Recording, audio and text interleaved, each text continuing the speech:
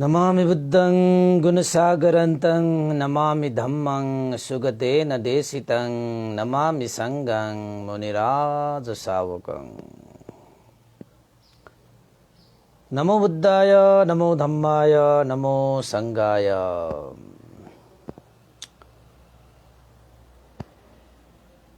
श्रद्धालु उपासक उपासिका तथा सधर्म प्रेमी महानुभावहरू, आज मिति 2078 असोज 8 गते शुक्रबार बिहानको 9 बजे सदा चाहिँ आज पनि हामी फेसबुक लाइभ धर्मदेशना लिएर उपस्थित भइसकेका छौं र आजको हाम्रो धर्मदेशना फेसबुक लाइभ धर्मदेशना निरन्तर रूपमा हुँदै आइरहेको 550 भागमा पुग्यो। यतिन्जेल साथ सहयोग दिनुहुने सम्पूर्ण श्रद्धावन्त उपासक उपासिका तथा सधर्म प्रेमी महानुभावहरूलाई हृदयदेखि मैत्रीपूर्ण साधुवाद व्यक्त गर्न चाहन्छु र आगामी दिनहरूमा पनि धर्मदेशनाको यात्रामा सहयात्री बनेर निरन्तर साथ सहयोग दिनुहुनेछ भन्ने आशा एवं विश्वास पनि लिएको छु। त धर्मदेशनालाई सुन्नको निमित्त देश विदेशबाट फेसबुकमा जोडिरहनु हुने सम्पूर्ण श्रद्धावन्त उपासक उपासिका तथा सधर्म प्रेमी महानुभावहरूलाई आजको यो 550औं भागमा म भिक्षु विमलो श्री सिद्धिमङ्गल बुद्ध विहार सिद्धिपुर साना गाउँ थसीबाट सबैलाई मैत्रीपूर्ण न्यानो न्यानो स्वागत टक्राउन चाहे। त देशनाको क्रम हामीले आज पनि मिलिन्द प्रश्न नामक ग्रन्थबाट लिएका छौं।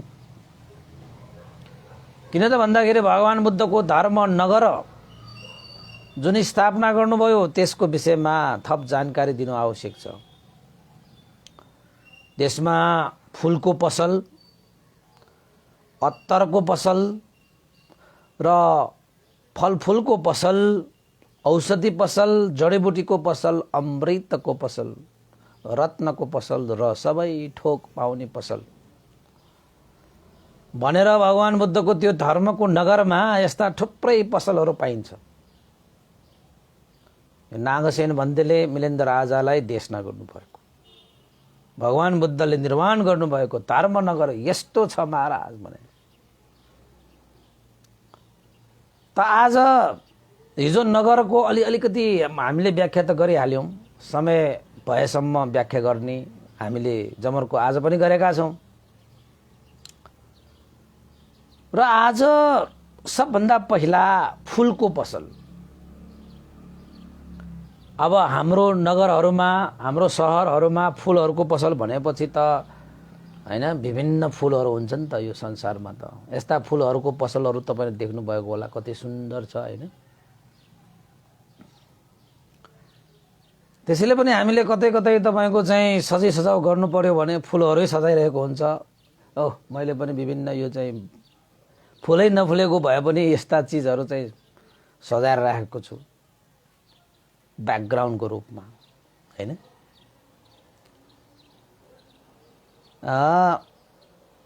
अब यो धर्मनगरलाई सजाउने क्रममा जुन फूलका पसलहरु पाइन्छ, ती फूलका पसलहरु चाहिँ कस्तालाई फूलका पसलहरु भनिन्दो रहेछ यो धर्मको नगरमा भन्ने कुरा पनि जान्नु आवश्यक छ उपासक उपासिकाहरु है।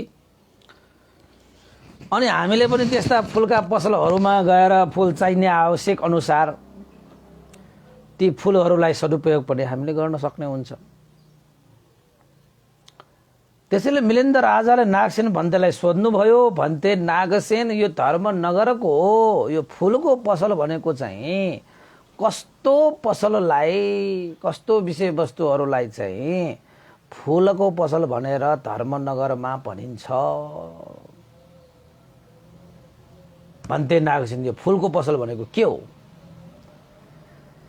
त्यसपछि नागसेन भन्तेले मिलिन्द राजालाई जवाब दिनुहुन्छ, महाराज मिलिन्द, भगवान बुद्धले निर्माण गर्नुभएको धर्मनगरको फूलको पसल भनेको अन्य विषय होइन। सम्यक सम्बुद्ध तथागत भगवान शास्ताले 4 असंख्य 1 लाख कल्पसम्म पारमिता उपपारमिता परमत्थ पारमिता पूरा गरेर उसपल भगवान बुद्धले सम्पूर्ण सत्व प्राणीहरू उपर महाकरुणा चित्त राखेर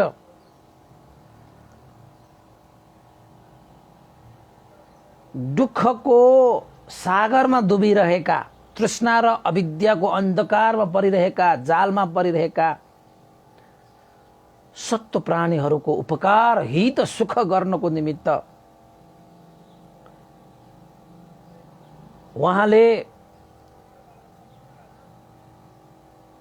सतीपत्थान विपස්සना ध्यान भावनाको देशना गर्नुभएको छ।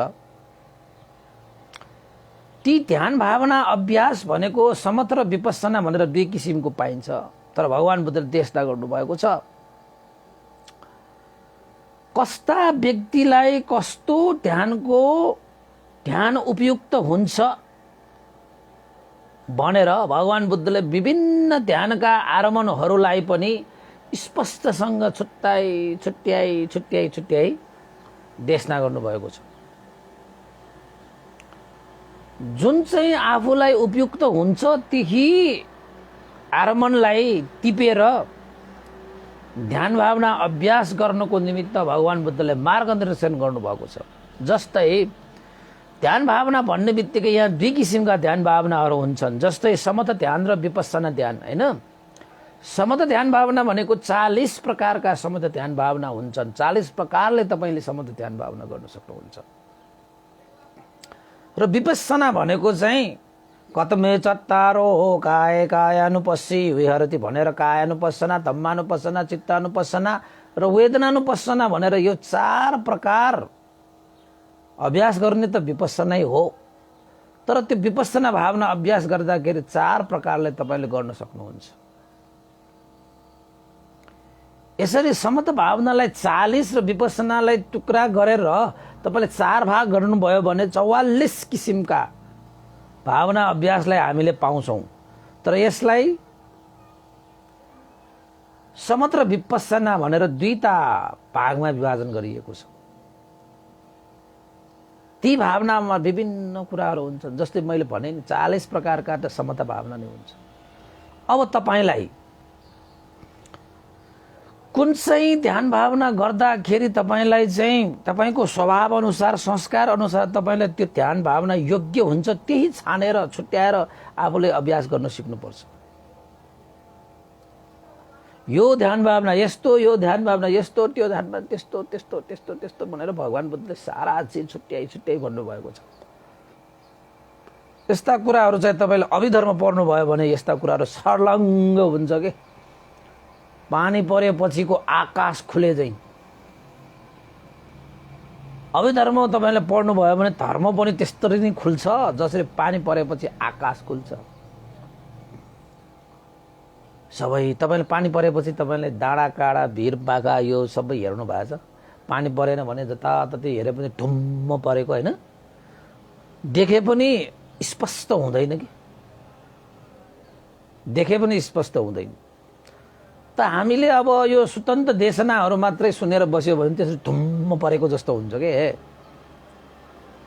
तर जब तपाईले अभिधर्म देशना तपाईले जान्नुहुन्छ, बुझ्नुहुन्छ, अभिधर्मलाई सिक्नुहुन्छ, पानी परेपछिको आकाश जस्तै तपाईले यो धर्मको आकाश पनि मजाले स्पष्ट रूपमा खुल्छ। त्यस्तो स्वभाव हुन्छ उपासक-उपासिकाहरू है।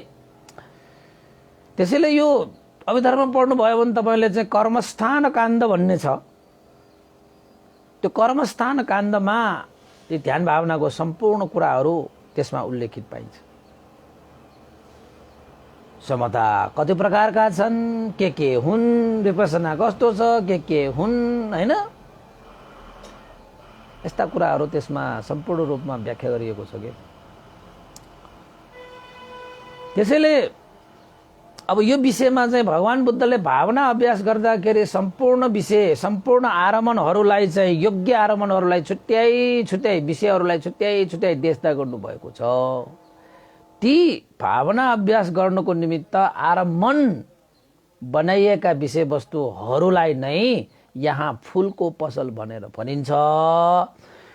जसरी हामीलाई पनि फुलहरू पनि विभिन्न सबै राम्रा छन् फुलहरू, त्यसमध्येमा पनि आफूलाई चाहिँ उपयुक्त हुने योग्य हुने खाले फुल हामी टिप्छौँ नि।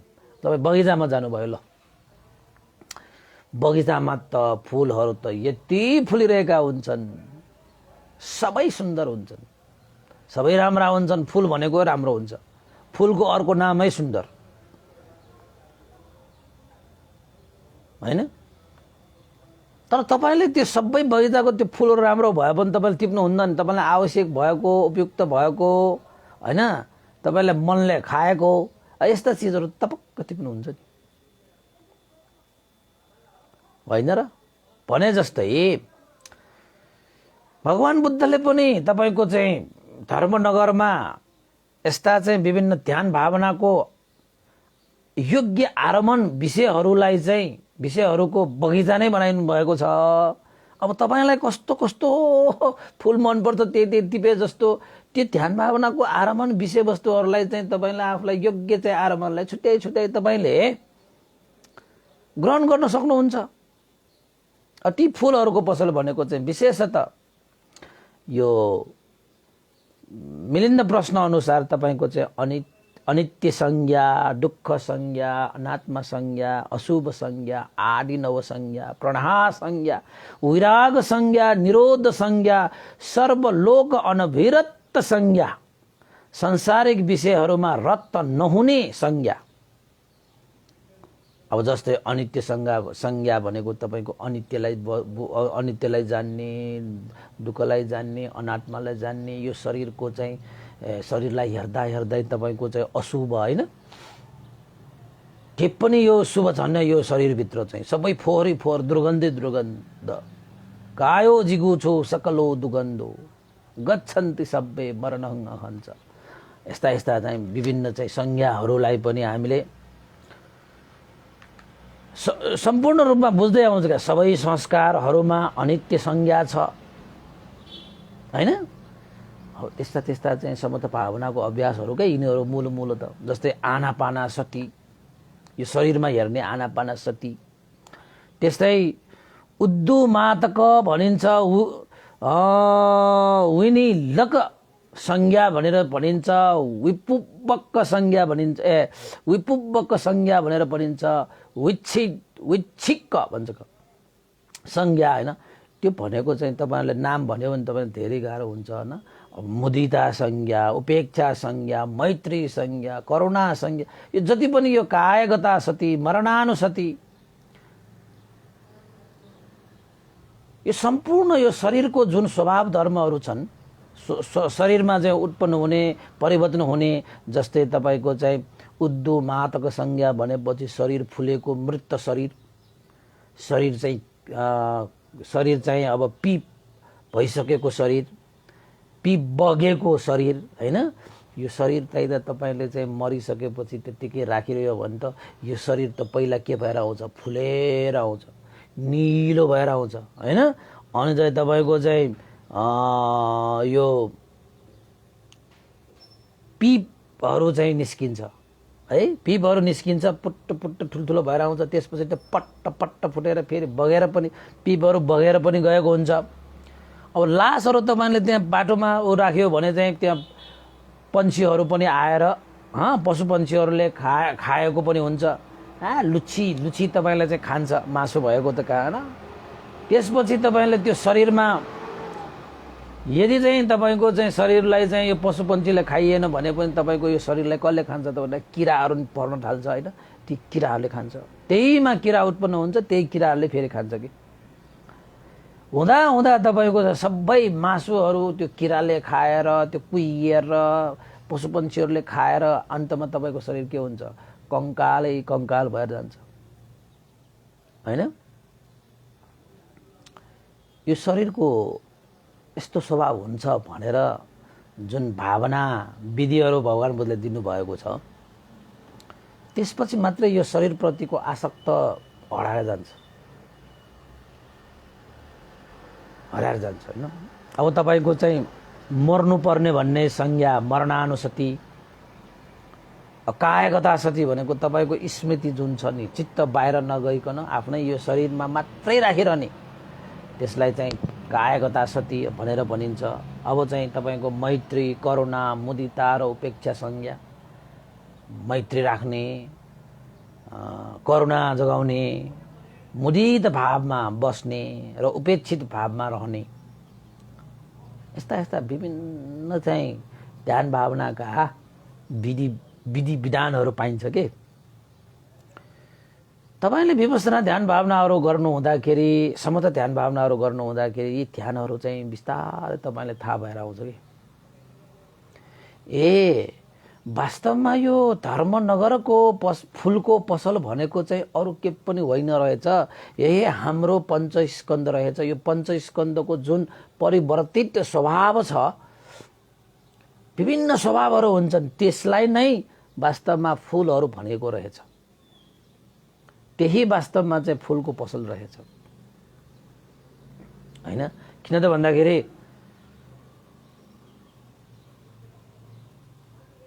ती यो शरीर, यो जीवन, जो कोही पनि धनी होस्, गरिब होस्, राम्रो होस्, नराम्रो होस् हैन, जस्तो सुकै भए पनि आखिर त जन्म लिइसकेपछि वृद्ध भएरै जानुपर्छ, जीर्ण भएरै जानुपर्छ, रोग लागिहाल्छ, त्यसपछि एक दिन त के पनि गर्नुपर्छ, मरेर पनि जानुपर्छ, यानी मरण पनि ग्रहण गर्नुपर्छ। यदि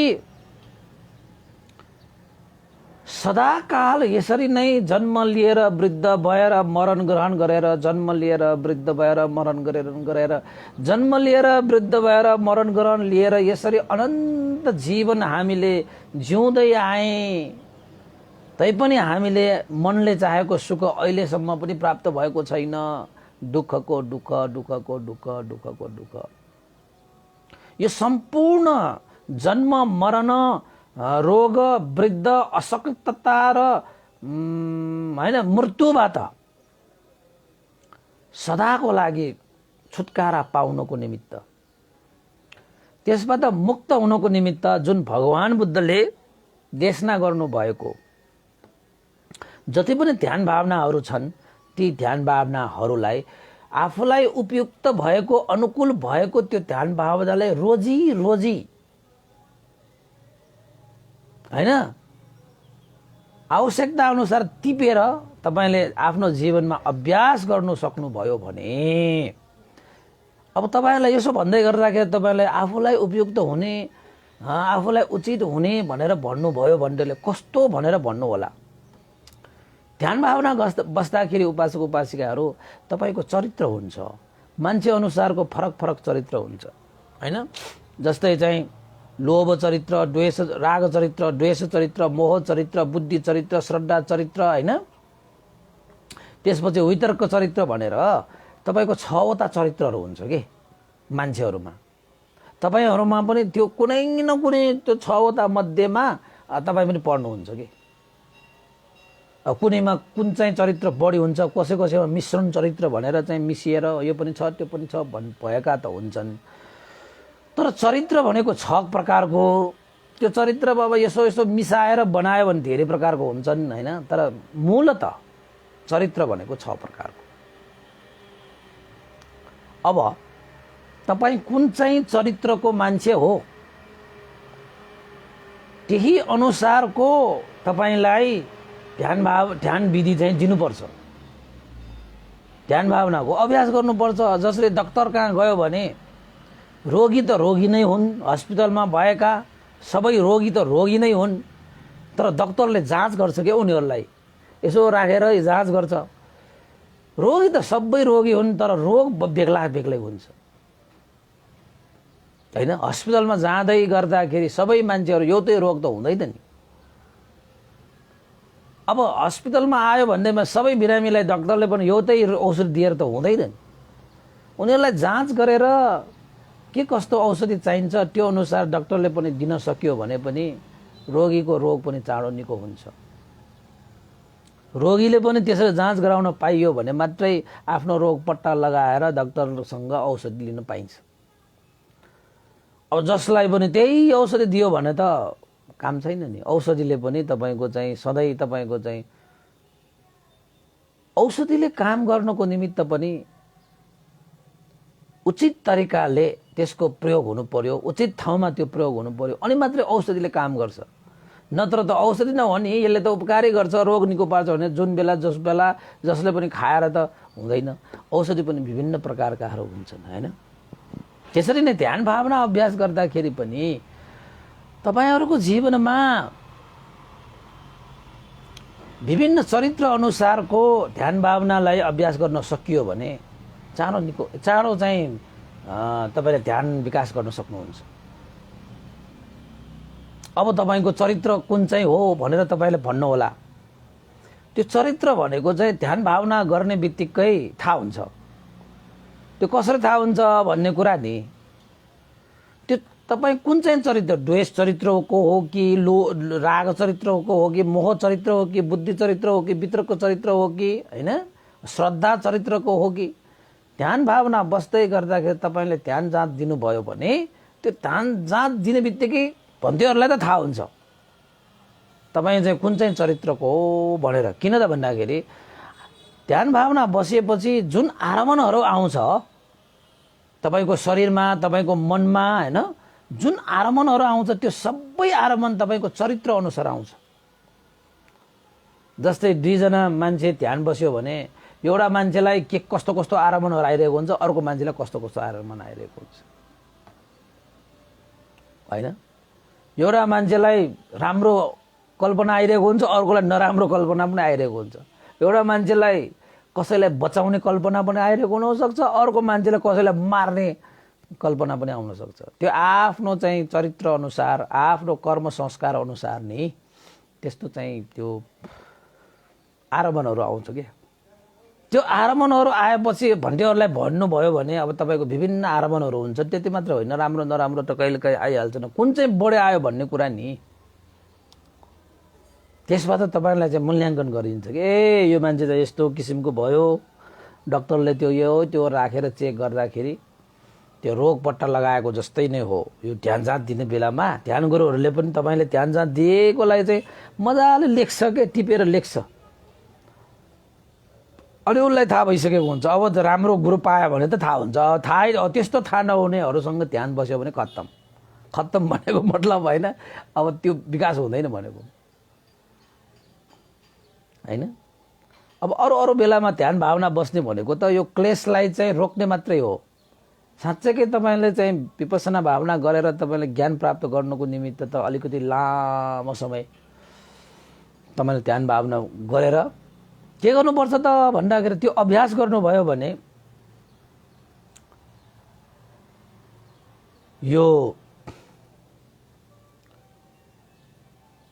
राग रूपी क्लेशबाट मुक्त हुन्छ, द्वेषबाट मुक्त हुन्छ, मोहबाट मुक्त हुन्छ, अभिमानबाट पनि मुक्त हुन्छ, मिथ्या दृष्टिबाट पनि मुक्त हुन्छ, संसार रूपी यो सागरबाट मुक्त हुन्छ, तृष्णाको धारलाई रोकिदिन्छ,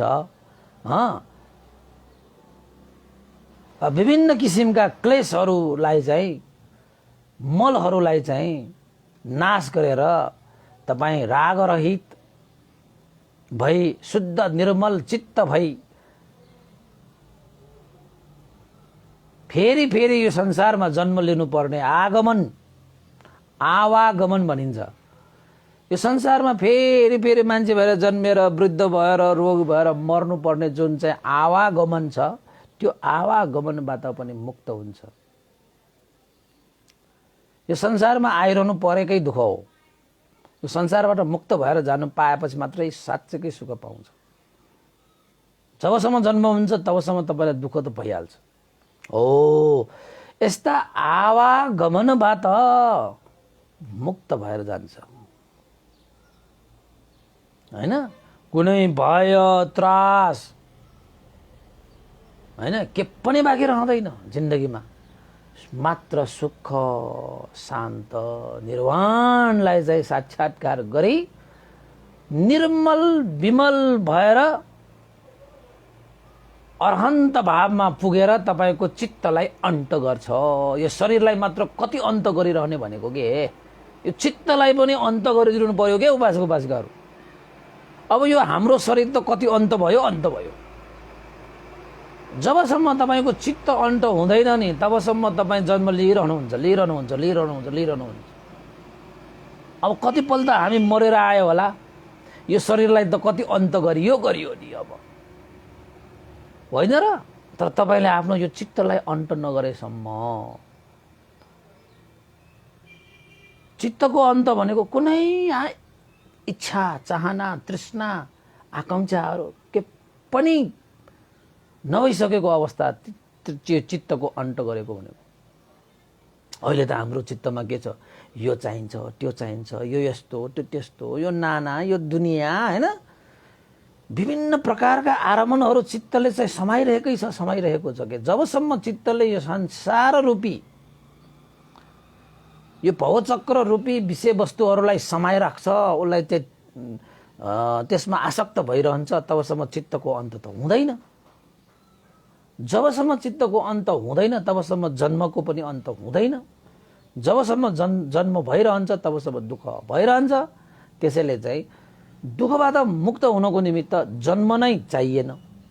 यो जन्म भयो कि दुःख हुन्छ भनेपछि यो जन्म नलिने चाहिँ गर्नको निमित्त शरीरको मात्रै अन्त होइन, चित्तको पनि अन्त गर्नुपर्छ। किन त भन्दाखेरि चित्तले त शरीरलाई ग्रहण गरिहाल्छ, चित्तले शरीर चाहिँ बनाइहाल्छ नि उसले होइन। त्यसैले चाहिँ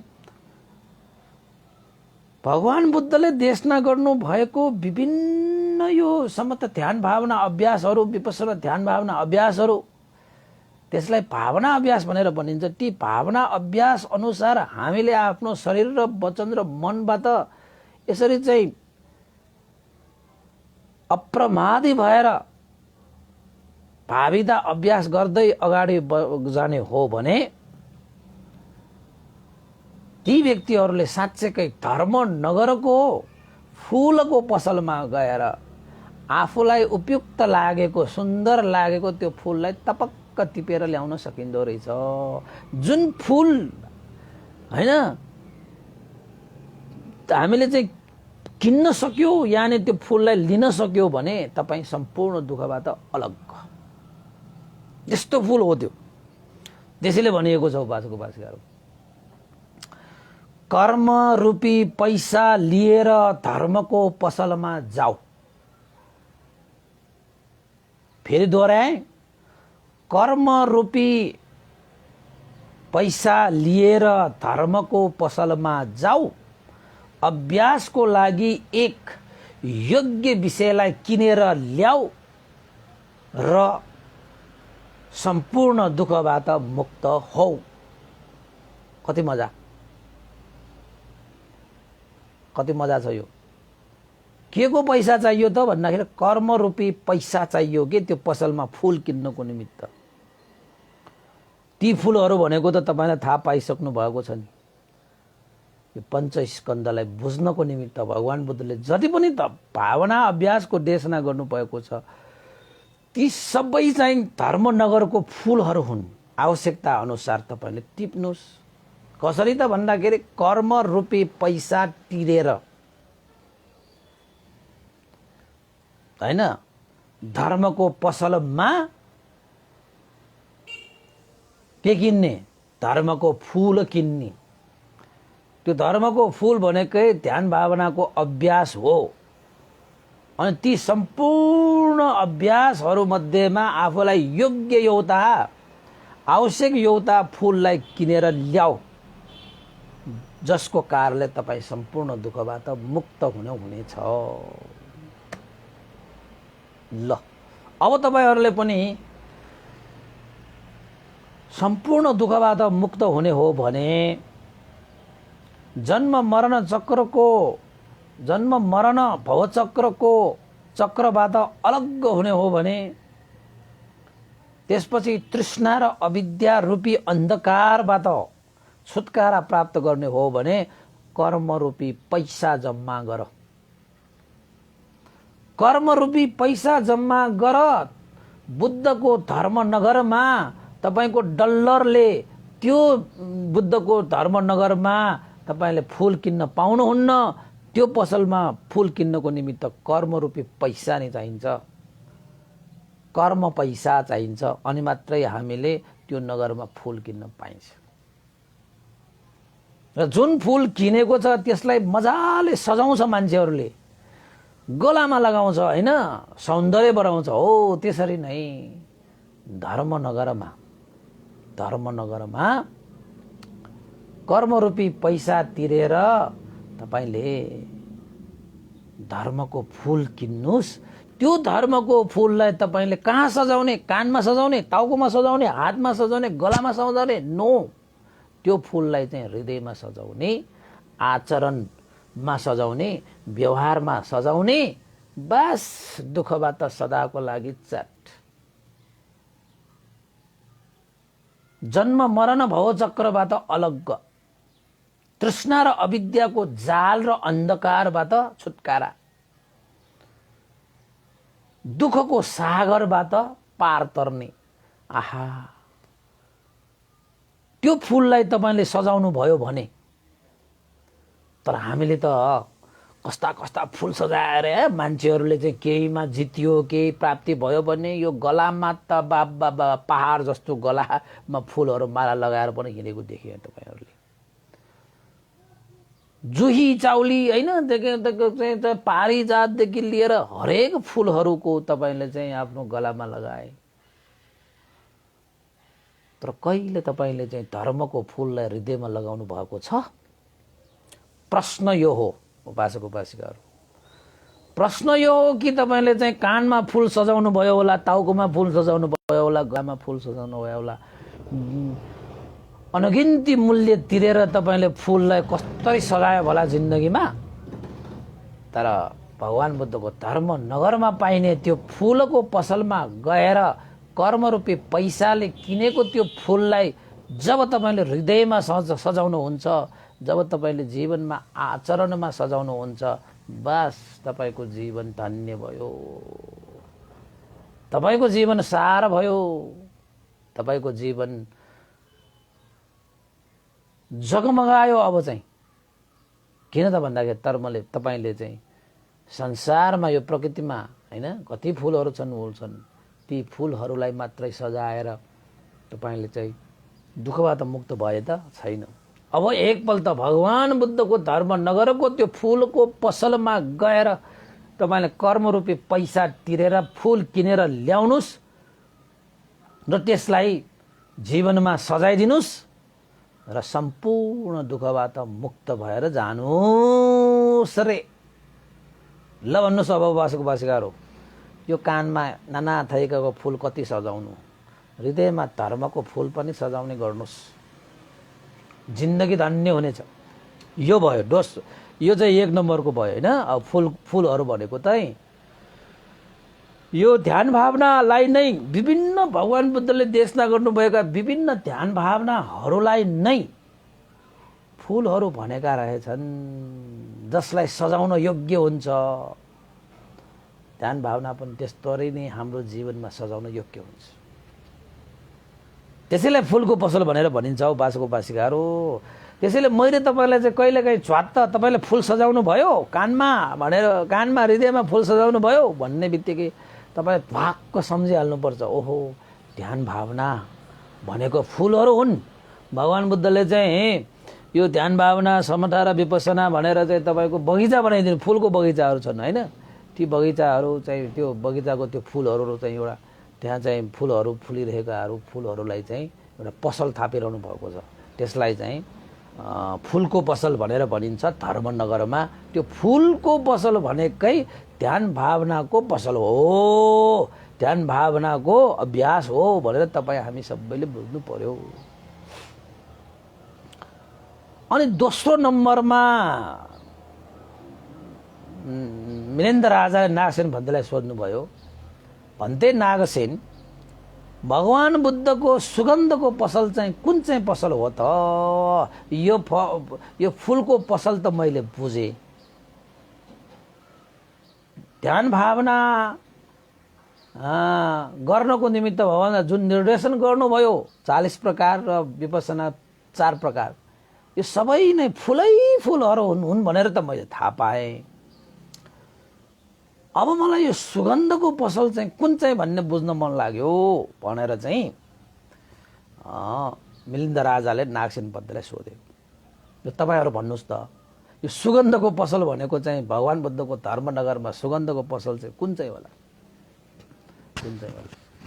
अब यो पनि बुझ्नुस् है त। भगवान बुद्धले तपाई हामी सबैलाई अनुशासित बनाउनको निमित्त, नैतिकवान बनाउनको निमित्त, तपाईको जीवनलाई सुन्दर बनाउनको निमित्त, तपाईको जीवनलाई सुगन्धित बनाउनको निमित्त हैन, यो उहाँले सुगन्धको पसल थापिरहनु भएको छ। त्यो सुगन्धको पसल भनेको अरु के पनि होइन, त्यो भनेको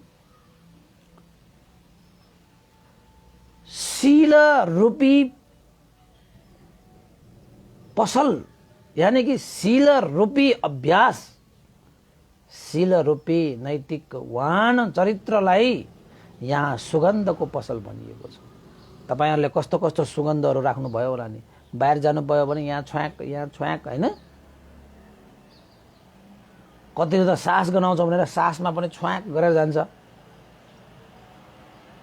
जुभरि सुगन्ध, अत्तर पौधर सुगन्धहरु आदि इत्यादि सुगन्धहरु दलेर मान्छेहरु बाहिर जान्छ, ताकि अरूले चाहिँ ए फलाना मान्छे गनाएको छ नभनोस्। सुगन्धित भयो भने त सबै मान्छेहरु नजिक पनि आउँछ, दुर्गन्ध भयो भने त दूर दूर दूर दुर्गन्ध हैन, दुर्गन्ध के त्यस्तो पनि हुन्छ। त यही शील रूपी विभिन्न यो जति पनि यो शीलहरु हुन्छन्, त्यही शीललाई नै धर्मनगरमा भगवान बुद्धको सुगन्ध पसल भनेर भनिन्छ। बरु तपाईले चाहिँ यो बाहिरी पसलहरुमा सुगन्धको पसलहरु तपाईले बाहिरै सुगन्धको पसल पनि भेट्नु भएको छ होला। ती सुगन्धहरुको पसलको सुगन्ध चाहिँ जतापट्टि हावा बगेर जान्छ त्यतापट्टि मात्रै मान्छेहरुले सुगन्धित भएको अनुभव गर्छ। यो हावाको विपरीत दिशाबाट यो सुगन्ध फैलिनै सक्दैन। तर भगवान बुद्धले निर्माण गर्नुभएको धर्मनगरमा यो सुगन्धको पसल, जुन सुगन्ध भनेको चाहिँ सबैको लागि प्रिय हुन्छ, सबैको लागि चाहिँ यो उपयुक्त पनि हुन्छ। भगवान बुद्धको धर्मको नगरमा यो सुगन्धको पसलको सुगन्धहरु दशै दिशामा फैलिन्छ। दशै दिशामा हावा बगेको विपरीत दिशामा पनि यो सुगन्ध फैलिन्छ। हावा चलेको बेलामा मात्र यो सुगन्ध फल्ने होइन, यो सुगन्धको फल त हावाको विपरीत भागमा पनि यो सुगन्ध फल्छ। उल्टो दिशामा पनि यो सुगन्ध उडेर जान्छ, उडेर फैलिन्छ। यहाँसम्म कि उपासक उपासिकाहरू यो सुगन्ध धर्मनगरको यो सुगन्धको पसलको त्यो गन्ध सुगन्धहरू चाहिँ मनुष्य लोक मात्र होइन, देवलोकसम्म पनि यो सुगन्ध फैलिन्छ। तर तपाई हामीले चाहिँ जुन फैलाइरहेको त्यो सुगन्धहरू त कति नै फल्छ र, कति नै यो टिक्छ र। तर यहाँ धर्मनगरमा भनिएको त्यो सुगन्ध चाहिँ यो लोक मात्र होइन भने देवलोकसम्म पनि त्यसको सुगन्ध फैलिन्छ। हावा आएको ठाउँमा मात्रै सुगन्ध फैलिने होइन, यो सुगन्ध चाहिँ हावा आएको विपरीत दिशामा पनि फैलिन सक्ने धर्मको सुगन्ध, जसलाई हामीले प्राप्त गर्नको निमित्त भगवान बुद्धले जुन अनुशासित बनाउनको निमित्त, नैतिकवान बनाउनको निमित्त जुन शीलहरू देशना गर्नुभयो, त्यही शीलहरू नै सुगन्धको पसल भनेर हामीले बुझ्नु पर्यो। त दागसेन भन्तेले मिलिन्द राजालाई त्यही भन्नुभयो। महाराज मिलिन्द भगवान बुद्धको शासनमा भगवान बुद्धले धर्मनगर स्थापना गर्नुभयो। त्यो धर्मनगर स्थापना गरिसकेपछि त्यस नगरमा सुगन्धको पसल पनि पाइन्छ। त्यो सुगन्ध भनेको अरू के पनि होइन, त्यो सुगन्ध भनेको शीलरूपी सुगन्ध, जुन सुगन्ध चारै दिशामा दसै दिशामा फैलिन्छ। हावाको विपरीत स्वभावमा पनि त्यो सुगन्ध फैलिन्छ। यो लोकमा मात्रै होइन महाराज मिलिन्द, यो शीलको सुगन्ध भनेको त देवलोकसम्म पनि यो शीलको सुगन्ध फैलिरहेको हुन्छ। बुझ्नुभयो बाजेको बाजिकाहरू? अब तपाईँले चाहिँ यो सुगन्धको पसल भनेको कस्तो, जस्तै अब शीलहरू भनिसकेपछि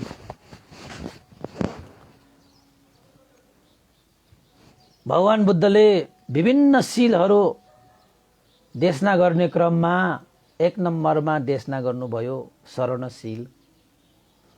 शरणशील भनेको बुद्धको शरण, धर्मको शरण र सङ्घको शरणलाई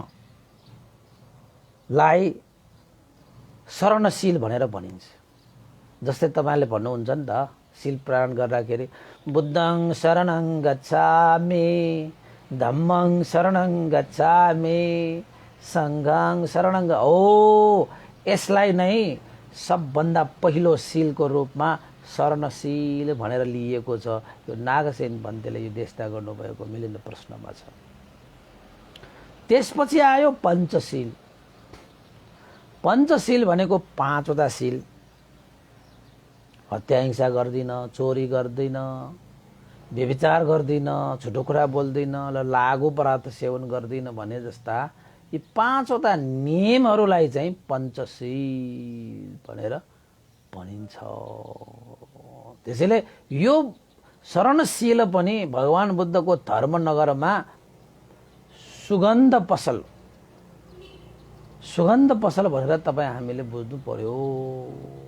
ल यसरी बुझ्दै जानुपर्छ। त्यसपछि पञ्चशील पछि तपाईँको अष्टाङ्गशील, आर्य अष्टाङ्गशील भनेर 8वटा शील छ। त्यो 8वटा शीललाई पनि हामीले भगवान बुद्धको धर्मनगरको शीलरूपी सुगन्ध पसल भनेर भनिन्छ। त्यसलाई आर्य अष्टाङ्गिक शील। आर्य अष्टाङ्गिक भनेर त्यो मार्गलाई तपाईँले फेरि सम्झनु होला होइन। आर्य अष्टाङ्गिक शील भनेको अष्टशील भनेको आर्यहरूले पालन गर्ने 8वटा अङ्गले युक्त भएको शीललाई आर्य अष्टाङ्गशील भनेर भनिन्छ। जसमा बेलुका विकाल भोजन पनि हुँदैन, अत्तर पाउदर नाच गान होइन यस्ता कामगुणका विषयहरूबाट पनि अलग्ग भएर बसिन्छ र उच्चाशयन महाशयनबाट पनि अलग्ग भएर नैतिकवान भएर बस्ने त्यो शिक्षालाई चाहिँ अष्टाङ्गशील भनेर भनिन्छ, यानि कि अष्टशील भनेर भनिन्छ। यसलाई उपोषणशील भनेर पनि भनिन्छ। उपासक उपासिकाहरू, त्यसैले यी शीलहरू जति पनि छन् यो त भगवान बुद्धको धर्मनगरको सुगन्ध पसल हो रहेछ नि त, जसले हामीलाई सुगन्धित बनाउँछ हैन। जस्तो सुकै सुगन्ध दले पनि आखिरमा फोहोर भएर गइहाल्छ, त्यो भएर गइहाल्छ। तर शील रूपी सुगन्ध भनेको कहिले पनि विनाश भएर जाँदैन। उपासक उपासिका, शरणशील, पञ्चशील, अष्टशील, त्यसपछि दशशील। दशशील भनेको चाहिँ 10वटा शील छ। त्यसलाई चाहिँ प्रबद्धशील पनि भनिन्छ हैन। जसमध्येमा तपाईको जात रूप रजत पति गहना वेरमणि शिक्षा पटङ समाधि हामी भनेर भनिन्छ। यो सुन चाँदी आदि इत्यादि ग्रहणहरू गर्ने देखि लिएर यो कारोबारहरू गर्नेदेखि लिएर यस्ता विषयहरूबाट पनि अलग्ग भएर बस्ने।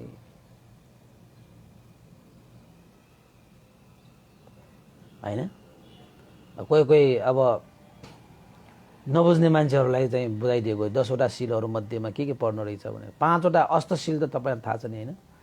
अष्टसिललाई नै तपाईँको चाहिँ यो 7 नम्बरको सिल नच्च गीत वारित विश्वको दर्शन भनेर चाहिँ त्यसलाई चाहिँ हामीले टुक्रा गरिन्छ। त्यसरी टुक्रा गरिसकेपछि अनि एउटा चाहिँ अन्तिममा जात रूप रजत थपेर 10वटा सिल पढेर बनाइन्छ। हो, यसरी 10वटा सिलबाट सम्पन्न हुने। त्यसपछि चाहिँ प्रत्युपदेशमा परिपूर्ण भइरहेको प्राति मोक्ष सङ्गोर सिल भनेर छ। भिक्षुहरूको जीवनमा पालन गर्नुपर्ने 227वटा नियमहरू छन्। यसलाई प्राति मोक्ष सङ्गोर सिल भनेर भनिन्छ। यी सम्पूर्ण शीलहरूलाई नै भगवान बुद्धको सुगन्धको पसल भनेर भनिन्छ। महाराज, यो सुगन्धको पसलबाट जुन सुगन्धहरू चाहिँ उत्पन्न हुन्छ, यस्ता सुगन्ध शीलको सुगन्ध भनेको हावाको विपरीत दिशामा पनि फैलिन्छ, चारै दिशामा पनि फैलिन्छ। यहाँसम्म मात्र होइन, मनुष्य र देवता र ब्रह्मलोकसम्म पनि यो शील सुगन्धहरू त्यत्तिकै फैलिरहेको हुन्छ महाराज। हैन, त्यसैले भनिएको छ रे। कस्तो भनिएको छ त भन्दाखेरि फूल चन्दन चमेली आदिको सुवास हावा नपुगेको ठाउँमा जान सक्दैन, परन्तु सत्पुरुषहरूको शुद्ध शील सुगन्ध 10 दिशामा फैलिन्छ। 10 दिशामा फैलिन्छ। हावा पुगेको ठाउँ होस्, नपुगेको ठाउँ होस्, हावा चलेको अवस्था होस्, नचलेको अवस्था होस्, सत्पुरुषहरूको विशुद्ध शीलरूपी सुगन्ध 10 दिशामा सुगन्धित भएर फैलिन्छ भनेर आखिर त यो सुगन्धको पसल के हो भन्ने कुरा नागसेन भन्तेले मिलिन्द राजालाई सम्झाइदिनु भयो।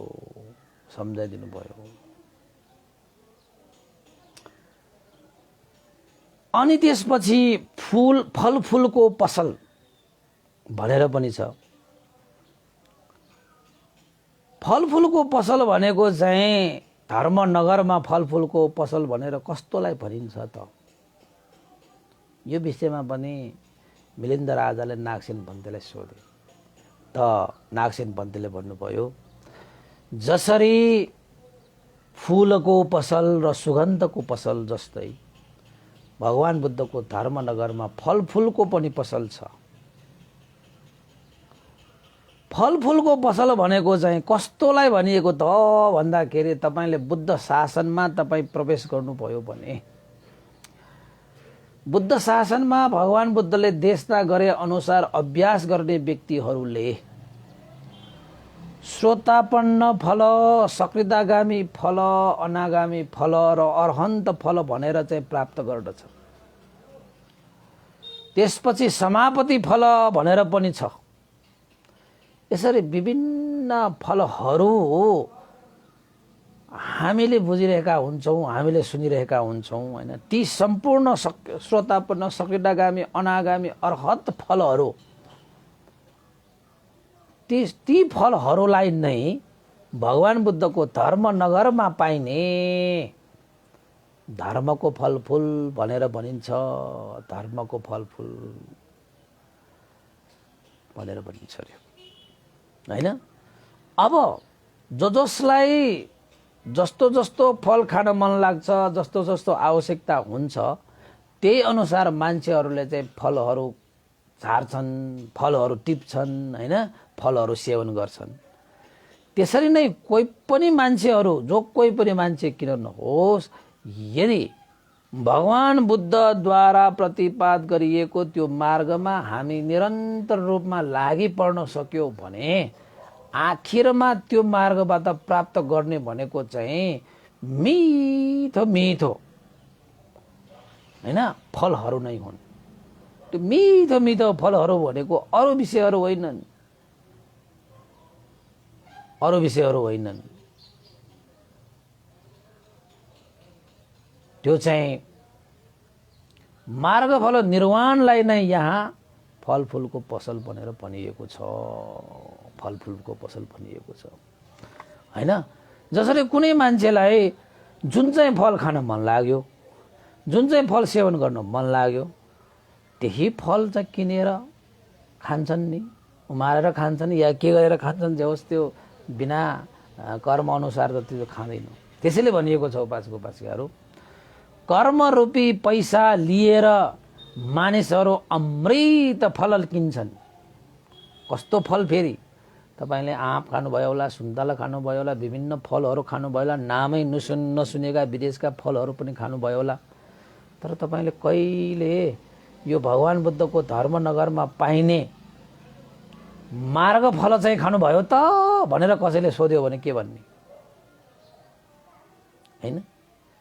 तपाईले विभिन्न सुगन्धहरू दलेर त सुगन्धित भएर तपाईँ हिँड्नुभयो, कहिले तपाईँ शील रूपी सुगन्ध धारण गरेर तपाईँ हिँड्नुभयो कि भएन? प्रश्न यो हो कि। त्यो पसलमा सुगन्ध लिएर आफ्नो शरीरलाई सुगन्धित बनाउनको निमित्त त तपाईले कर्मरूपी पैसा तिरेर त्यो सुगन्ध रूपी पसलमा किन्नुपर्छ। त्यो भनेको मतलब शील पालन गर्नुपर्छ, शीललाई आचरण गर्नुपर्छ, शीललाई सिरोपर गर्नुपर्छ भनेको जस्तै अब यो फलफुलको पसल भनौँदा पनि कस्तो भयो त भन्दाखेरि मान्छेहरूले विभिन्न फलहरू खान्छन्, सेवन गर्छन् हैन, नामै नसुनेका फलफुलहरू पनि खान्छन्। यहाँ पनि बिहारमा पनि कहिलेकाहीँ कोही कोही मान्छेहरूले त कहिले नाम नसुनेको फलहरू पनि दान गरेर जान्छन्। यसो हेर्छु कसरी खाने हो त्यो फलफुल भन्छु, भन्दै भन्दै जान्छन् नि हैन। त्यसको माने के हो त भन्दाखेरि हामीले संसारमा कयौं फलफुलहरू खाइयो, पेट मात्रै भरियो, मन त भरिएन। त यो मार्गफल रूपी फल, जुन फल भगवान बुद्धले निर्माण गर्नुभएको धर्मनगरमा यो धर्मको फलफुलको पसल छ, त्यही पसलमा हामीले कर्म रूपी पैसा दिएर अमृत रूपी फल किनेर ल्याउने, त्यही किनेर ल्याउने, त्यो जस्तो अर्को सुख, अर्को शान्ति यो संसारमा छैन। त्यसैले जसले आफ्नो कर्म बल शक्तिले अमृत किन्नको निमित्त पनि सामर्थ्यवान भए हैन, अरूलाई पनि सिको गराए, त्यो भनेको चाहिँ के को कारणले? उसकै कर्मको कारणले। कर्म बिना त कुनै पनि पसलमा तपाईले के पनि किन्न सक्नुहुन्न। त्यसैले फल त तपाईले धेरै खानुभयो, तर अन्तिम फल त तपाईले मार्गफललाई पनि सेवन गर्नुहोस्, मार्गफललाई पनि सेवन गर्नुहोस्। सकृदागामी, अनागामी, श्रोतापन्न, सकृदागामी, अनागामी र अरहन्त। समापति ध्यान छ फेरि त्योभन्दा पनि माथि हैन।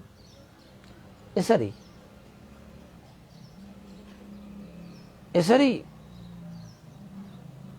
भगवान बुद्धको धर्मनगरको फलफुल, एउटा फल चाहिँ हामीले अवश्य खानुपर्छ, धेरै नखाए पनि एउटा भए पनि खानुपर्छ। त्यो भनेको श्रोतापन्न भए पनि अवश्य पनि तपाईले त्यो फललाई त गम खानै पर्छ। उपासक तयार भएर बस्नुस्। ध्यान भावना अभ्यास गर्दै गयो भने यो फल पनि धेरै टाढाको विषयवस्तु होइन, यो फल पनि टाढाको विषयवस्तु होइन।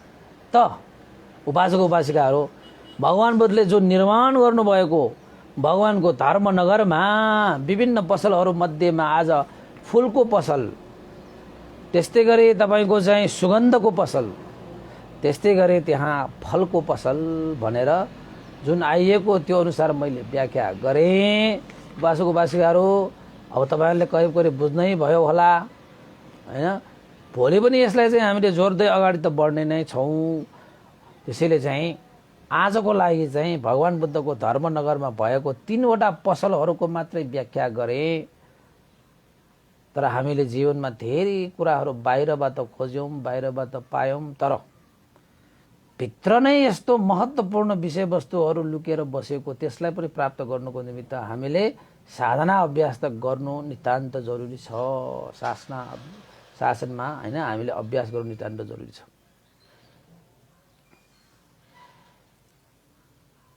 भगवान बुद्धको शासनको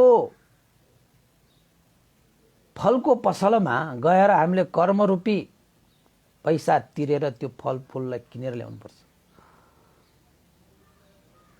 त्यसरी नै हामीले पनि विभिन्न ध्यान भावनाहरू अभ्यास गरेर धर्म कर्म कुशल धर्महरू सम्पादन गरेर अवश्यमेव तपाईँ सक्नुहुन्छ, अरन्तै भएर जाने हो। यदि कथम कदाचित सकिएन भने पनि तलका 3वटा जुन गतिहरू छन् ती गतिहरूमा भए पनि हामी जान सक्ने किसिमले तपाईले कर्म गर्नुभयो भने तपाईले फलफुलको पसलमा धर्मको फलफुलको पसलमा तपाईले चाहिँ कर्मरूपी पैसा तिरेर किन्न सकियो। त्यसैले आज उपासक उपासिकाहरू कति फूलहरू तपाईले सजाउनु भयो। आजदेखि भगवान बुद्धको धर्मरूपी फूललाई सजाउनुस्। तपाईले जीवनमा धेरै सुगन्धहरू दल्नु भयो, छर्किनु भयो, तर अबदेखि भगवान बुद्धको धर्मनगरमा बसोबास गरेर शीलरूपी सुगन्ध फैलाउनुहोस्। त्यस्तै गरी जीवनमा हामीले कयौं पैसा तिरेर फलफुलहरू सेवन गरे, तर उपासक उपासिकाहरू हो अब एकपल्ट भगवान बुद्धको शासनमा रहेको त्यो मार्गफललाई हामीले किनेर खाऊं, टिपेर खाऊं। जुन खाइसकेपछि अरू फलहरू खानु आवश्यकै छैन। जुन शीलरूपी सुगन्ध दलेपछि अरू सुगन्ध दल्नै पर्दैन। धर्मरूपी फूललाई सजाएपछि अब जिन्दगीमा अरू कुनै पनि फूल सजाउनै पर्दैन। यस्तो पुण्यले सञ्चित भएको आजको यो विषय 3वटा पसलहरू मात्रै मैले व्याख्या गरेँ। भोलि चाहिँ जडीबुटीदेखि लिएर विभिन्न पसलहरूको व्याख्या गर्ने नै छौँ। आजको लागि हाम्रो देशना चाहिँ यही टुङ्ग्याए। भवतु सब मङ्गलङ। र देशना सुन्नु हुने सम्पूर्ण उपासक उपासिकाहरूलाई धेरै धेरै साधुवाद पनि टक्र्याउन चाहे है। अन्तमा पुण्यानुमोदन गर्नु अगाडि केही उपासकहरूको मैले अनुमोदन गर्नुपर्ने भएको छ। हिजोको एउटा अनुमोदन पनि छुट्टिएको रहेछ। सामा खुसीको हाम्रो उपासिकाहरूको अस्ति उतै रुममा पर्यो, मैले त यता ल्याउनै बिर्स्यो, त्यसपछि त भन्नै पाइएन हैन। तर परिचान चाहिँ गरिदिएको छु उपासक उपासिकाहरू है। उहाँ उमा र उपेन्द्र अधिकारीको छोरा उत्कर्ष अधिकारीको जन्मदिनको उपलक्ष्यमा परित्राण जलपान मैत्री कामना सहित भन्देलाई श्रद्धा दान भनेर रु 1000 पनि श्रद्धा दान व्यक्त गर्नुभएको छ सामा खुसीबाट। उहाँहरू चाहिँ अस्ति भोजन दान पनि गराउन आउनु भएको थियो। उत्कर्ष अधिकारी बाबु पनि आउनु भएको थियो। उहाँको जन्मदिनको उपलक्ष्यमा धेरै धेरै साधुवाद छ है। हिजो हो, यो चाहिँ हिजो हो 60 गतेको है। यो छुट्टिएकोले गर्नु त मैले गरिदिएको छु, अनि यो नामहरू चाहिँ सबै उता परेकोले अलिकति छुकिएको मात्रै हो है। त्यसैले जन्मदिन पर्ने उत्कर्ष अधिकारीलाई जन्मदिनको उपलक्ष्य धेरै धेरै शुभकामना, उन्नति प्रगति वृद्धि होस्, सुख शान्ति समृद्धि होस् हैन। र आमा बुबा चाहिँ उमा उपेन्द्र अधिकारीलाई पनि धेरै धेरै साधुवाद छ है। त्यस्तै गरी आज एउटा चाहिँ पुण्यतिथि असोज 8 गते भनेर लेख्नु भएको छ। यो पुण्यतिथि उहाँको चाहिँ के लेख्नु भएको छ भन्दाखेरि आमा विष्णु देवी र बा श्यामलाल मानन्द रे क्याभौ यानी कि छोरा बुहारी बुद्ध कुमार धर्मदेवी मानन्द उहाँहरू अस्ति आउनु भएको थियो हैन। यसैले उहाँले चाहिँ बुद्ध र धर्म हामी त भन्न हुन्छ कि जहिले पनि बुद्ध र धर्म भनेर आउनुहुन्छ। उहाँहरू पनि धेरै धर्म देशना सुन्नुहुन्छ उहाँहरूले पनि है। र अहिलेसम्म पनि सुनिरहनु भएको छ। त्यसैले चाहिँ बुद्ध कुमार धर्मदेवी मानन्दर, त्यसपछि छोरा राम कुमार, कृष्ण कुमार र नातिहरू निराजन र पलिस्ता, सुजन र उदय अनि कृति भनेर चाहिँ उहाँहरूले लेख्नु भएको छ। उहाँहरूको चाहिँ आज उहाँको आमा विष्णुदेवी र श्यामलाल मानन्दरको पुण्य स्मृतिमा उहाँको दिवंगत आमा बुवाको सुगति निर्वाण कामना गरेर परित्राण भोजन र पुण्यानुमोदन गर्नको निमित्त भनेर रु 2000 पनि श्रद्धा व्यक्त गर्नुभएको छ। सोल्टी मोड युनिक कोलोनी ताहाचल भनेर लेख्नुहुन्छ। उहाँलाई पनि धेरै धेरै साधुवाद व्यक्त गर्न चाहे। र आज केही उपासकहरूको पनि जन्मदिन परेको छ। यहाँ मैले चाहिँ यहाँ छ आज भाद्र 8 गते शुक्रबार हाम्रो श्रद्धालु उपासक हुनुहुन्छ जहिले पनि उहाँले चाहिँ देशना सुनेर उपलक्ष्यमा चाहिँ श्रद्धा दानहरू गर्दै आउनुभएको छ, परित्राणहरू मैत्री कामनाहरू गर्दै आउनुभएको छ। उहाँहरू सम्पूर्ण परिवारको उहाँले चाहिँ भन्तेलाई चाहिँ यो सम्पर्क गरेर बताइरहनुहुन्छ। उहाँ चाहिँ हाम्रो उपासक सम्पूर्ण रत्न तुलाधर आज उहाँको आफ्नै जन्मदिनको उपलक्ष्यमा आज उहाँको परित्राण र भोजन दान गर्ने उहाँले श्रद्धा व्यक्त गर्नुभएको छ। उहाँका परिवारहरू उमा प्रभा तुलाधर, सपरिवार असन भोता हिती हाल हाट्टी गौडा भनेर भन्नुभएको छ।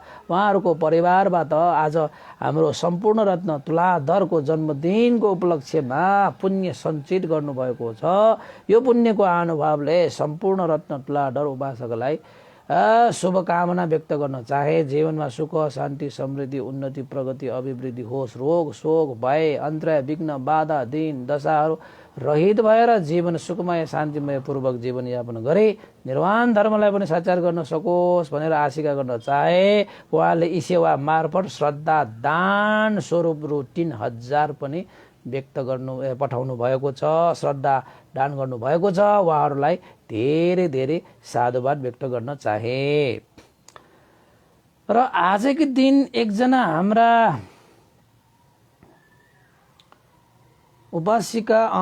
उपासिका हुनुहुन्छ हाम्रो रमा तुलाधर उपासिका है।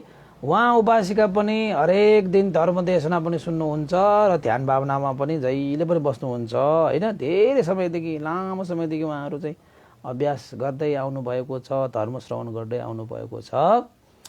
आज चाहिँ उहाँको के परेको छ त भन्दाखेरि ज्ञानी रत्न र रमा तुलाधर को छोरा। यो ज्ञान रत्न हो कि के हो लेख्नु भएको छ है। यहाँ पढेको छ ज्ञानी रतन र रमा तुलाधरको छोरा शशाङ्क तुलाधरको आज जन्मदिन परेको उपलक्ष्यमा आज उहाँको सुस्वास्थ्य दीर्घायु उन्नति प्रगति मङ्गल कल्याणको कामना गर्दै भोजन दान परित्राण र भगवानको अगाडि दियो पनि चढाउनको निमित्त उहाँहरूले श्रद्धा दान स्वरूप रु 3000 पनि श्रद्धा व्यक्त गर्नुभएको छ। त्यसैले आज जन्मदिन पर्नुहुने शशाङ्क तुलाधरलाई धेरै धेरै शुभकामना व्यक्त गर्न चाहे है त। उहाँहरूको जीवनमा उन्नति होस्, प्रगति होस्, सुख शान्ति समृद्धि छाओस् र निर्वाण धर्मलाई पनि साक्षात गर्न सकोस् भनेर उहाँका ज्ञानी रत्न र रमा तुलाधर उपासक उपासिकाहरूको लागि पनि धेरै धेरै साधुवाद व्यक्त गर्न चाहे। अरू केही छ यहाँ चाहिँ बिर्सेला भनेर त उपासक उपासिकाहरू अब अन्तमा हामी पुण्यानुमन गर्छौं र पुण्यानुमन गर्नु अगाडि तपाईहरुलाई चाहिँ अब भोलिको कार्यक्रमको लागि अलिकति म तपाईहरुलाई चाहिँ यो जानकारी दिउँ भनेर भोलि हामी त्रिबोधी विपස්සना ध्यान केन्द्रको शिलान्यास कार्यक्रम साँझको हामी ठीक 8 बजे गरिहाल्छौं। उपस्थिति चाहिँ 7:30 मा। मैले कति उपासक उपासिकाहरूलाई चाहिँ मेसेन्जरमा पठाएँ, कतिलाई पुग्यो कतिलाई पुगेन होला, कहिलेकाहीँ यो छुटपुट हुन पनि सक्छ हैन। त्यसैले यसैलाई नै तपाईलाई निमन्त्रणा सम्झेर तपाई त्यहाँ उपस्थित हुनुहुने छ भन्ने जानकारी चाहिँ पाउन पाए हुन्छ। किन त भन्दाखेरि धेरै उपासक उपासिकाहरू हुन्छन् त्यहाँ तपाईँहरू पनि तपाईँ उपस्थित हुनु भने अलिकति जानकारी पाइयो भने त्यो व्यवस्थापनको लागि सजिलो हुन्छ। विशेषतः चाहिँ अब त्यहाँ जलपान र भोजनको व्यवस्थापन पनि गर्नुपर्ने भएकोले त्यहाँ क्याटरिङहरूलाई यतिजना उतिजना भनेर भन्नुपर्ने भएकोले मैले यो कुरा भनिरहेको हो, अन्यथा अरू त होइन। अन्यथा जो सबैलाई खुलस्त रूपमा उपस्थिति भए पनि त्यो केही त हुँदैन होइन। तैपनि अब त्यहाँ मिलाउनु पर्ने भएकोले मात्रै अलिकति तपाईँहरूले भनिरहेको हो। उपासक उपासिकाहरू तपाईँहरूलाई चाहिँ मैले चाहिँ मेसेन्जरमा पनि सबैलाई पठाएको छु कहाँ कसरी जाने भनेर होइन। तपाईँहरू चाहिँ यो फर्पिङ साइटमा तपाईँहरूले चाहिँ पद्मसम्भव देख्नु भएको छ होला, ठुलो एकदमै ठुलो चाहिँ पद्मसम्भवको मूर्ति राख्नु भएको छ। त्यसलाई चाहिँ फर्पिङ दल्लु भनेर भनिन्छ होइन। त्यो फर्पिङ दल्लुमै हामीले चाहिँ एउटा चाहिँ त्यहाँ ध्यान केन्द्र निर्माणको लागि त्यहाँ 9 मूले भनेर 9वटा त्यो मुहानहरू पानी बगिरहेको ठाउँ छ एउटा, त्यो स्थानमा चाहिँ हामीले चाहिँ ध्यान केन्द्र निर्माणको लागि चाहिँ हामीले व्यवस्थाहरू मिलाएका छौँ होइन। त्यसैले चाहिँ सबै उपासक उपासिकाहरू चाहिँ त्यहाँ आउँदाखेरि चाहिँ फर्पिङको त्यो डल्लो गेटबाट छेर्ने हो, फर्पिङमा त्यो पद्मसम्भवको स्थानमै हो होइन। त्यसैले सबै उपासक उपासिकालाई भोलि बिहानै भएको कारणले गर्दाखेरि कति उपासकहरूलाई कसरी आउने कस्तो हुने हो भनेर चाहिँ अब उत्सुक भइरहेको पनि हुनसक्छ होइन। त्यसैले मैले तपाईँहरूलाई भनिदिइहालेको। अब भोलिको देशना त म उतैबाट गर्छु। आजको त हाम्रो चाहिँ 550 भयो, 551 भाग हामी त्यहाँबाट गर्छौँ होइन। त्यसैले आज तपाईँहरूलाई चाहिँ मैले जानकारी गराएँ होइन। तपाईँहरू उपस्थितिको लागि चाहिँ म पनि उपस्थिति हुने भएँ भन्टे भनेर चाहिँ जानकारी पायो भने अनि व्यवस्थापन गर्नुको निमित्त त्यहाँ एउटा चाहिँ तपाईँलाई अझै गाह्रो छ भने तपाईँले चाहिँ म्यापमा दक्षिणकाली रिसोर्ट भनेर तपाईँले त्यहीँ टाइप गरे पनि त्यो ठ्याक्कै त्यहीँ हो। त पछि हामीले धर्मदेशना गर्ने त रिसोर्टमै गएर हामीले धर्मदेशना गर्ने प्रोग्राम गरेको छु होइन। त्यसै अनुसार चाहिँ तपाईँहरू त्यही त्यसरी बिहानको 7:30मा पुग्ने गरी तपाईँहरू आउनुभयो भने जलपान र भोजन त्यही व्यवस्था छ। घरमा त्यो केही गर्नु पर्दैन, तपाईँ त्यहाँ आएर चाहिँ शिलान्यासको कार्यमा अनुमोदन मात्रै साधु अनुमोदन मात्रै गर्न आउनु भए पनि धेरै धेरै चाहिँ साधुकार तपाईँलाई साधुवाद दिन चाहन्छु होइन। अब हुन त त्यो ध्यान केन्द्र निर्माणको लागि धेरै उपासक उपासिकाहरूले चाहिँ आर्थिक सहयोग पनि गर्नुभएको छ। ती दादाहरूलाई त अब उपस्थितिको लागि त मैले निमन्त्रण पठाएको छु। अब कतिको उपस्थिति हुन्छ अब भोलि थाहा भइहाल्छ होइन। त्यसैले उपासक तपाईँहरू क्लियर भन्नुभयो होला। तपाईँ जहाँसुकै भए पनि तपाईँले चाहिँ फर्पिङ दक्षिणकाली रिसोर्टमा चाहिँ तपाईँले चाहिँ त्यो म्यापमा हेर्नुहोस्, तपाईँको चाहिँ मोबाइलमा पाउँछ। त्यो म्याप अनुसार तपाईँ आउन सक्नु भइहाल्छ। यो कहाँबाट आउने कसरी आउने भनेपछि तपाईँको काठमाडौँको प्राय मान्छेदेखि यो बल्खुबाट छिरेर होइन तपाईँको चौबारबाट जाने हो होइन। कोही मान्छे पाटनबाट चौबारबाट पनि आउँछन्, कोही मान्छे बल्खुबाट पनि आउँछन्। त्यसरी आउन चाहिँ मिल्छ। तपाईँले आज तपाईँलाई केही कन्फ्युज लाग्छ भने तपाईँको चाहिँ ठाउँबाट त्यो फर्पिङ डल्लु दक्षिणकाली रिसोर्ट भनेर पनि हुन्छ। पद्मसम्भवको त्यो ठुलो मूर्ति छ, त्यसमा पनि तपाईँले त्यहाँ गए पनि त्यो टाइप गरे पनि ठ्याक्कै थाहा हुन्छ। अनि हामी चाहिँ त्यहीँ कार्यक्रम गर्ने भएकोले उपस्थितिको लागि मैले अनुरोध गरेँ र उपस्थिति हुन सकेन। यद्यपि कति उपासक उपासिकाहरूले उपस्थिति जनाउन सकेन, शनिबार भएकोले अर्कै कार्यक्रममा पनि पर्यो भन्टे के गर्ने भनेर भन्नुभएको छ। उपस्थिति हुन नसके पनि हामी फेसबुक लाइभबाट अवश्य पनि त्यो प्रसारण हुने नै छ। तपाईँहरू प्रत्यक्ष सहभागी भयो भने अझै रमाइलो। हस् त उपासक उपासिकाहरू, अन्तमा पुण्यानुमन गरौँ। यो पुण्यको अनुभावले श्रद्धेय गुरुवर ज्ञानपूर्णिक मास्तवीर भन्ते श्रद्धेय गुरुवर स्याडोजी उपनिता विवंश लगायत सम्पूर्ण गुरुजनहरूमा र सम्पूर्ण देवता अमनुष्य सत्व प्राणीहरू र तपाईँ हामी सबैका बितेर जानुभएका ज्ञाति बन्धुहरूको लागि पनि यो पुण्य लाभ हो, उहाँहरूको पनि हित सुख होस् भनेर आशिका गर्दै पुण्यानुमन चाहे भवतु सब मङ्गलम्। इदं नो ज्ञातिनं होतु सुखिता भवन्तु ज्ञातयो, इदं नो ज्ञातिनं होतु सुखिता भवन्तु ज्ञातयो, इदं नो ज्ञातिनं होतु सुखिता भवन्तु ज्ञातयो। एतावता सम्मेहि सम्भतं पुण्यसम्पदं सब्बे देवानुमोदन्तु सब सम्पत्ति सिद्धिया। एतावता सम्मेहि सम्भतं पुण्यसम्पदं सब्बे सत्ता अनुमोदन्तु सर्व सम्पत्ति सिद्धिया एतावता सम्मेहि सम्भतं पुण्य सम्पदं सब्बे भूतानुमोदन्तु सर्व सम्पत्ति सिद्धिया साधु साधु साधु भवतु सब मङ्गलं। सबैको दिन मङ्गलमय होस्, कल्याणमय होस्। सबैलाई साधुवाद।